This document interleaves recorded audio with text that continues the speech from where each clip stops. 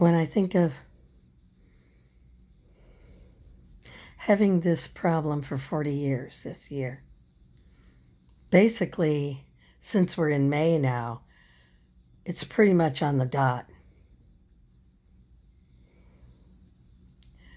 Myalgic encephalomyelitis is real, very real. And 40 years is a long time to have it.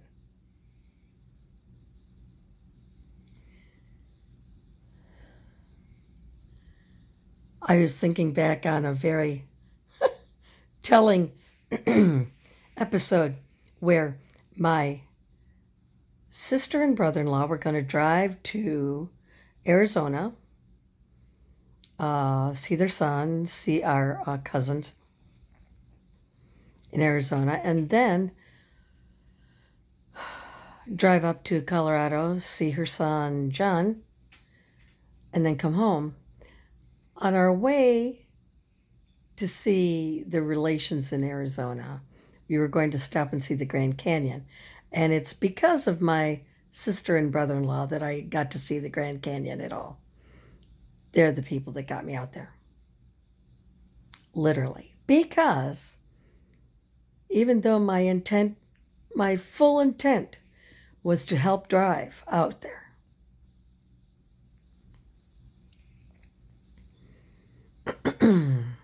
I ended up sleeping almost the whole trip out there. Whenever we were in the car, I was pretty much asleep. I did try driving a couple times. I couldn't go but 2-3 hours and I was done. I was falling asleep at the wheel.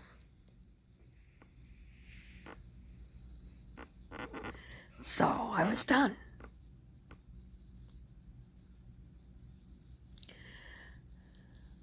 So I slept from Illinois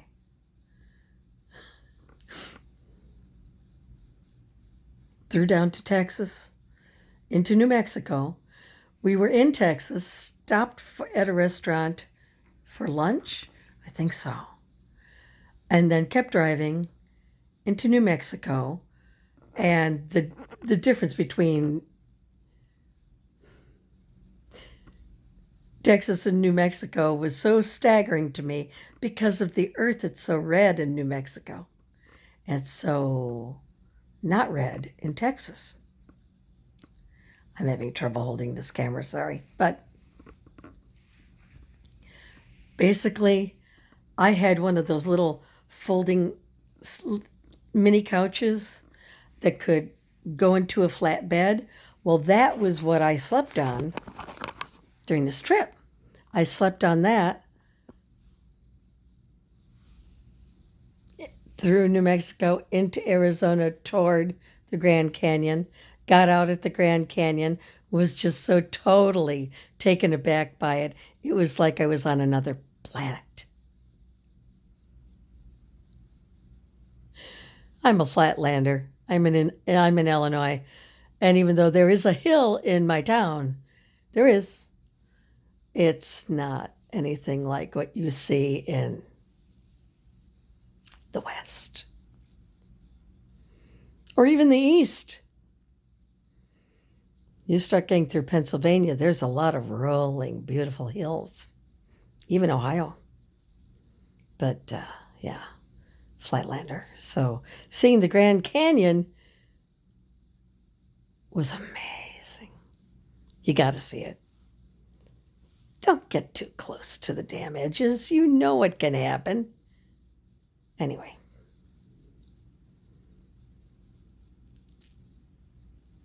I slept pretty much whenever we were in the car. And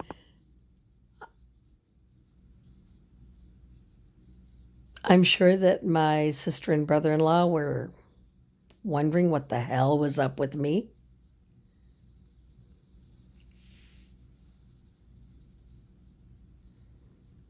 I knew what was up with me. I knew.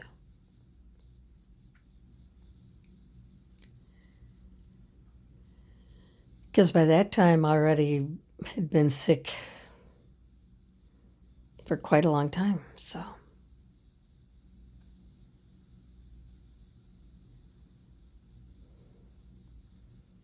we saw the people we needed to see. We had a good time. But I couldn't help with the driving. Whenever I tried, I'd have to stop and say, I'm falling asleep. I don't want to crash us into anything. So I'd get back into the back seat area, into the floor of the Dodge Caravan, where that little bed was, and I'd fall asleep again.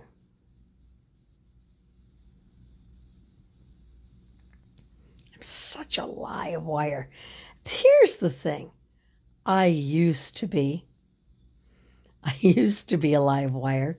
I used to be funny. I used to be different. Recently, I asked a friend of mine, you knew me in college before I got sick, and you know me now. What's missing now? She said nothing.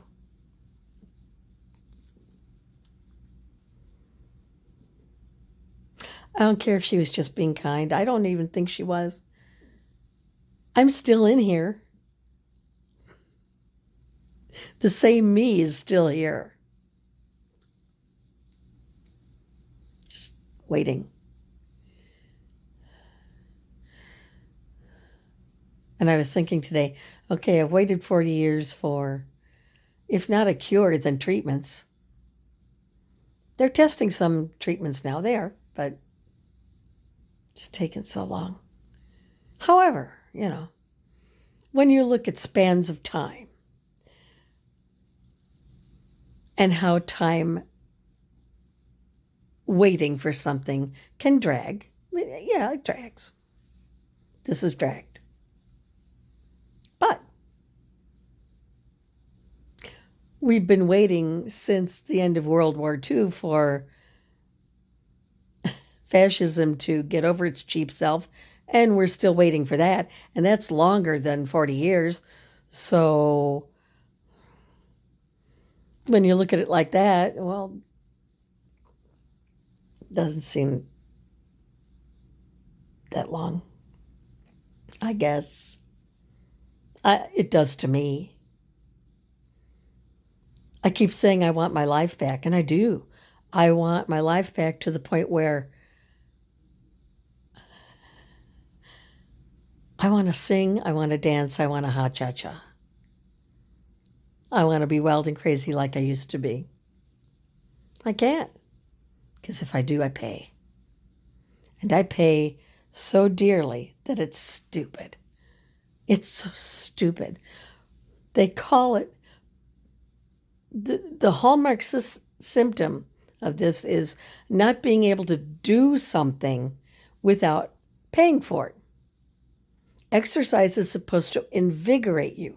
You may get a little tired, a little sore, but basically a normal person exercises, they feel better. But not in this. You feel worse. You can get sicker. Your symptoms get worse.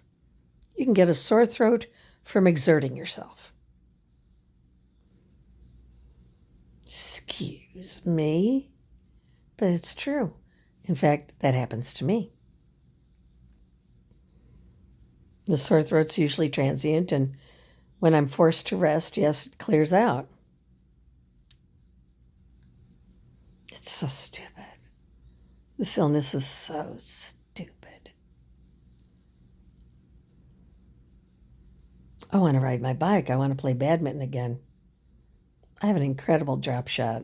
It is just deadly. I can't play. Or I'll pay. In pain, in more symptoms, sore throat, fluish-like symptoms. It's so stupid. And now that they have found that they've finally figured out how to do an MRI where it shows areas of inflammation in the brain. For us, there's a dot there and a strip over there, and there's a few dots on over there, and it's like, so basically my brain's been on fire for 40 years? What?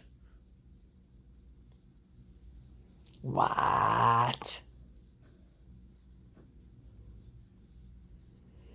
But that explains why not everyone's symptom picture is exactly the same, because the inflammation is in different spots in the brain.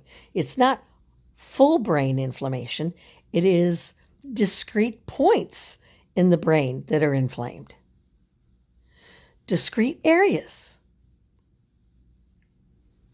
Well, no wonder everyone's symptoms are diffuse, because the lesions are.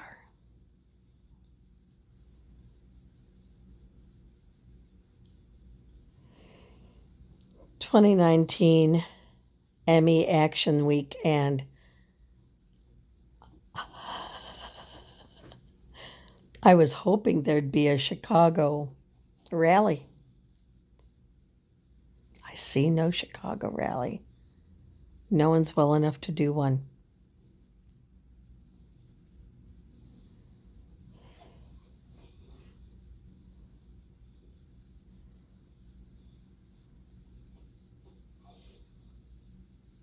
It's just a damn shame. And David Teller is right. How can so many people be so sick and so ignored? I'm paraphrasing him. How's that possible? Well, it is possible. It's happened, and it's happening today, and it'll be happening tomorrow. It's ridiculous.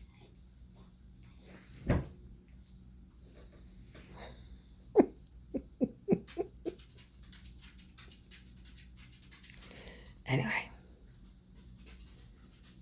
enough musings for the day. That's enough. I'll pay for this too. Okay, bye-bye.